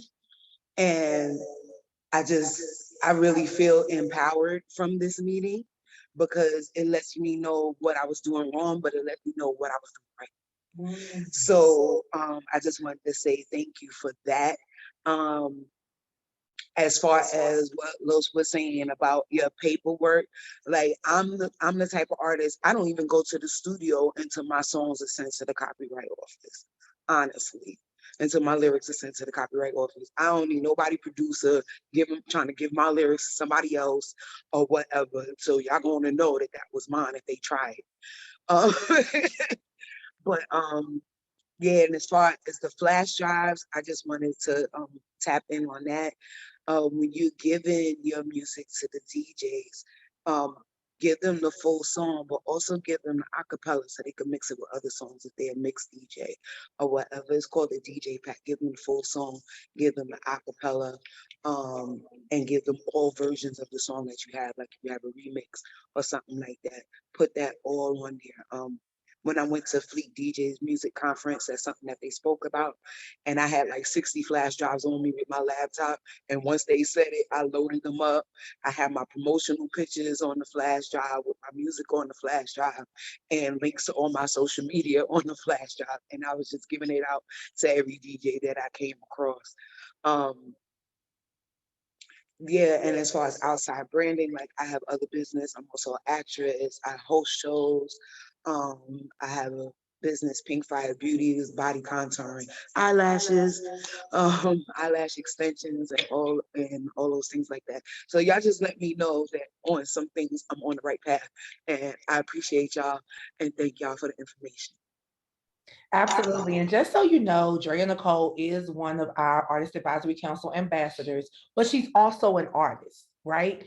So she's taking the knowledge that she's gained down through the years and she's throwing it back. You know what I'm saying? So that artists such as yourself, you know, Brianna, I definitely think that I know some of our other ambassadors have expressed interest in supporting you. So you definitely have a family here. So we look forward to working with you, and anybody else wants to join, I did drop the link in the chat so you can do so. But one of the things, Dr. CaSay stepped off, but we were talking about behind the scenes, talking about hashtags. with your posts and stuff, just make sure you are utilizing the right hashtags. And to be honest with you, what I've started to do, when I'm typing in the hashtag, look and see how many posts have already had it, so that you know, because realistically, I was posting stuff, and y'all know I talk a whole lot of shit on Instagram, but there's always a hidden message. I started hashtagging some of my other platforms that have nothing to do with what I talked about, but the people started to come over. And now the people that are talking about dementia, Alzheimer's, and family, now they're coming over. So it's so many different types of things that you have to do to really pull out what you're looking for. So, you know, it was super, super duper dope. What we will do, we're not going to hold you much longer, but we definitely want to briefly go through what the Artist Advisory Council is, and we'll bring our CEO out to do just that. But we wanted you to know that while we did this spring fling for you guys, we have care for you and your careers. We are concerned with protecting you and your craft. We want to invest in your creativity as you invest in yourselves, and we wanted to give you a cost-effective mechanism for doing so, right? So these are some of our label-wide goals and the things that we're working towards as a label, which the Artist Advisory Council is a part of that. And I'm not going to go through them completely, but one of the major things is that second piece, we're embracing rural and suburban areas. Personally, I'm more into embracing the rural areas because I come from a small city and we have a lot of creatives there. We have a lot of creatives that really don't know where they're going, what they're doing, and things of that nature. So they go to the next big city. Well, guess what? Nobody's really helping them because they're like, this is a quick money grab. And we also talk about those things, you know, through the Artist Advisory Council. Individual and collective goals. These are some of the things that we want to see from anybody that comes across the Artist Advisory Council. And once again, we talk about those things a little bit more. But all of those goals and how do we meet them? And we'll now hear from our CEO, Frank Mosley III, and he definitely has a wealth of information and different experiences. So Frank, take it away. Hey, good afternoon, everybody. Thank you all for coming out, and I hope you gain something from this experience. Let me talk to you a little bit about the Artist Advisory Council. And it's an echo, so if I'm talking a little slow, I'm doing it on purpose. The Artist Advisory Council, now Lillie talked a little bit about what our record label was about. You spoke to Los Diggity. He jumped on and he talked to you about his experiences. He's actually a signed artist on our label. We do invest in our artists. We do try to put them in the right spaces. But what we did is we created this council to help the artists that are not on our label, that are not signed, but they're still independent, but we still want to offer them some label services. So we help them with their branding, we help them with their insight, we help them with their developing, and then eventually marketing.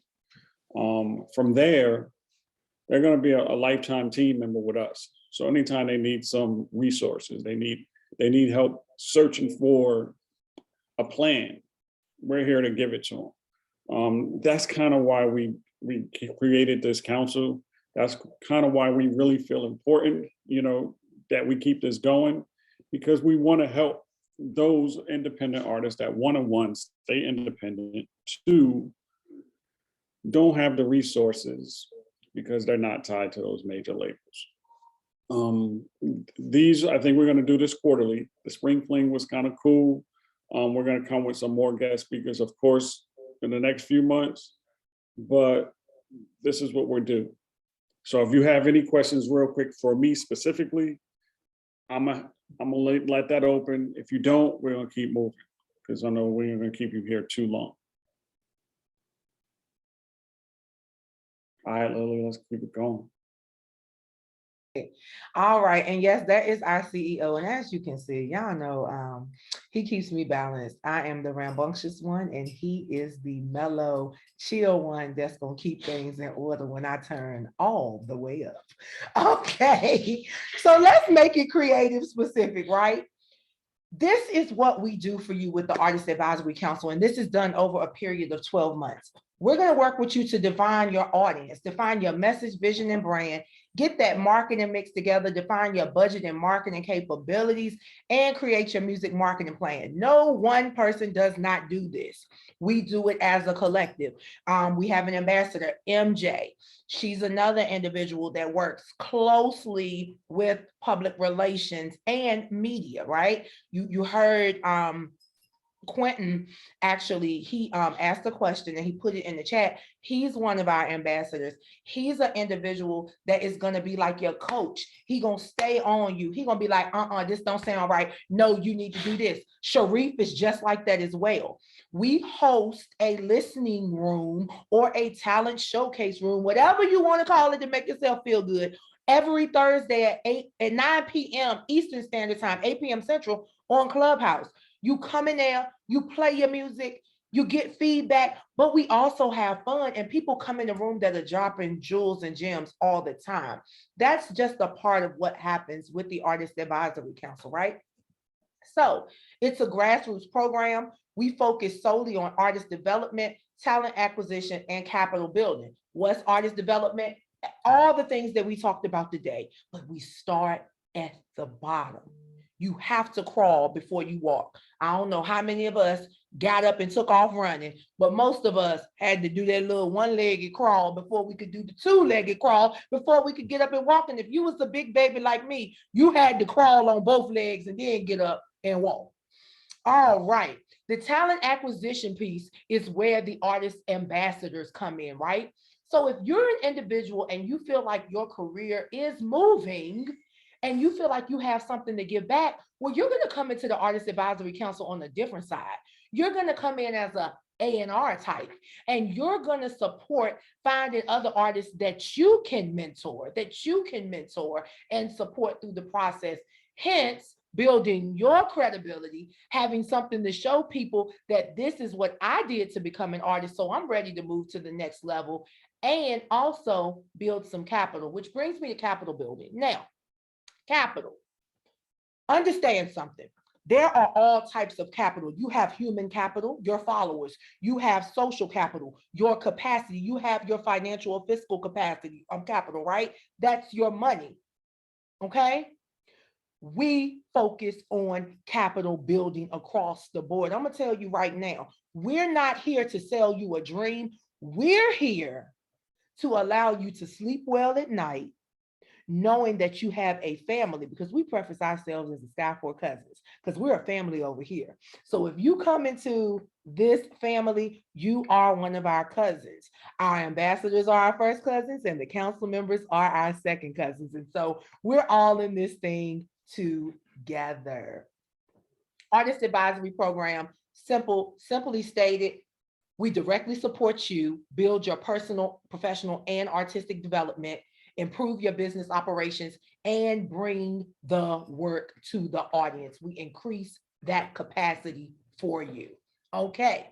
We talked about the Artist Advisory Council. We put A&R there. We do not utilize the term A&R. Why do we? Why is it that we don't utilize the term A&R? Because this is an institution for learning. This is an institution for growth and development. We are not trying to make money off of you. We're trying to get you to the point where you can make money off of yourself and not have to pay people that are just trying to take your money.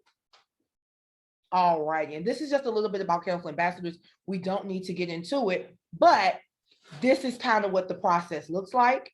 Recruitment, consultation, development, simply stated. What's the recipe for success? Creating opportunities. SoundCloud is a great way to listen to other artists like yourself or find other individuals that you may want to collaborate with. Stop buying features from people that's not going to push your music. Why not get a feature from another independent artist that's doing a little bit better than you so that y'all can build each other? Because one thing about that other independent artist, y'all almost on the same playing field. Okay, I'll calm down now. So make sure that you're regularly looking at music publications and blogs. Guys, read. What have you heard? They put everything that we need to know to be successful in a book, because what? Ninjas ain't gonna read. Start to read, but read scholarly sources. Look for blogs that's gonna give you the information that you can go somewhere else and fact check it. Y'all remember when Trump was in office? I ain't never heard about no fact checker until his ass got in office. So start looking for stuff that you can fact check. Connect with your DJ coalitions. Hell, connect with your local DJs, especially if you're in a rural area or suburban area. Find those DJs, even guys, find up and coming DJs. Start connecting with people that look like you and are on your level so that you're not getting taken advantage of and exploited. People are out here to exploit you. We're quick to say Black Lives Matter, but we exploit each other more than anybody else. So let's connect with people that look like us portfolio-wise and look like us individually and collectively. Artist ambassadors, you know, there is a pay component for artist ambassadors. We're not going to really get into that because most of the individuals here I know would be more like our Artist Advisory Council members. But if you develop after 12 months, you have the ability to move into an ambassador component. Now for the travel. Events, tours, and conferences, education is a must. We push education. So these are just some of the conferences that are forthcoming that we will have representation at. These are some of the events that are forthcoming that we will have representation at. So we definitely want you to know that we're here. We're definitely here. We're there. We're everywhere. And we want to support you. Now, questions and answers. Come back with any questions, anything that you have. I do see that the chat is a little bit active. I'm gonna stop the share and check our chat and see what we have here. Oh, wow, thank you, Offney. And make sure everybody, make sure you drop your Instagrams and, you know, in the chat, and also make sure that you tap in with us. I will, for those of you that are interested in the Artist Advisory Council, I'm going to drop the link in there again. So if you want to sign up, you definitely can. I'm very, very transparent about it. There is a one-time fee, but it's very minimal when you think about the benefits. It is extremely minimal. It's not even $500. So we definitely want you to understand that we're not out here to grab your money. We're out here to protect you from getting your money taken. So are there any final thoughts or questions?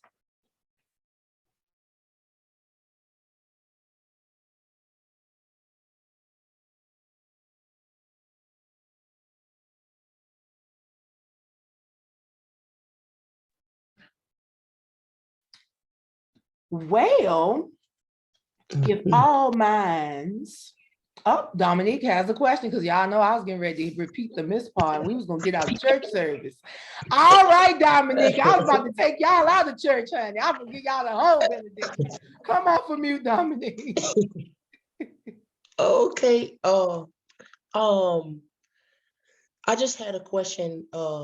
When I signed up and everything to view this business meeting, it was another incentive as far as location. And I was wondering, did I miss the location for the other event that's coming up? Are you in Atlanta? Mm-hmm. Oh, remember this last night? We had meet and greet karaoke. Oh, and we were lit. We were lit. Oh, word. Yeah, but we are getting together tonight. So what I'll do, I'll let you know where we're getting together. Now, yeah. Now, if you listen, now I know some people don't like to come past Cobb County. See, we on this side. When we come in our houses at night, we be chilling. You feel what I'm saying? I'm just feel you. No, I drive, so I'm mobile, so I go wherever. Well, Dominic, yeah, definitely. What I'm gonna do, I'm gonna DM you directly my number. Text me, I'll drop the location. And yeah, we would love to meet you in person. Come rock out with us. So you can really see that we really are family and we're really about the business. You know, we're about the work. I'm not trying to knock nobody and what you believe, but we really are about the business of serving. We are missionaries over here. You feel what I'm saying? We are missionaries. We make it do what it do, and we do it with integrity, and we do it with love. Because let me just say, I'm gonna be me. I ain't gonna even sugarcoat it. We don't need nothing from you. Frank is a veteran, okay? Retired. What, Frank? 20 years? Okay. I got a whole corporate career by day. I'm good. We really care about y'all and these ninjas. You notice it's a difference between Black folks and ninjas. We tired of these ninjas taking advantage of you, okay? And this is live, so I don't care. We want you to know what the business looks like. Now, once we teach you the business, you can go anywhere else you want to go, but you will know how to protect yourself. We want to give you the information that our forefathers didn't get because there won't nobody there to tell them. So they did some unseemly things and they connected with some people that they probably shouldn't have connected with, and they got their land taken from them. Y'all follow where I'm coming from? We want you to stop getting your land taken from you from your own folks. So we're here to protect you, okay? But yeah, Dominic, I'll drop you the information. Come on, we would love to, meet you and have a good time. And anybody else that's nearby, for real, y'all come parlay with us, for real. All right, let's see who we got. Okay, Vuitton, oh, Vuitton, okay. Hello, I have a question about the Artist Advisory Council. Does it support people like me? Because I own an independent radio station. I'm not an artist, but I would like to be part of something. Guess what? We didn't talk about that.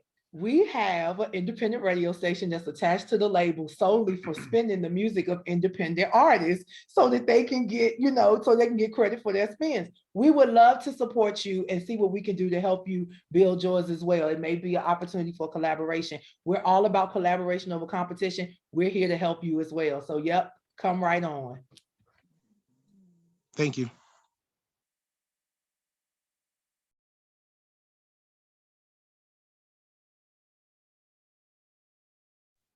Anybody else? Yep, Frank, no, I'm about to do it. Well, if all hearts and minds are clear, we are going to close out this session with a thank you so much. We love you. We hope that you will continue to tap in with us. If you need anything, please connect with us. If you fill out the form, you do see that there's an assessment, a fee assessment. If you have an issue with that, all you got to do is let us know. That's not what we're here for, right? So if there's a problem and if you need to break something up, just let us know. Closed mouths do not get fed, and we are here to feed the whole creative mind, body, and spirit. So guys, thank you so much for tuning in. You are amazing. Know that you're way more than enough, and we're here to pull it out of you. Have a great day, everybody.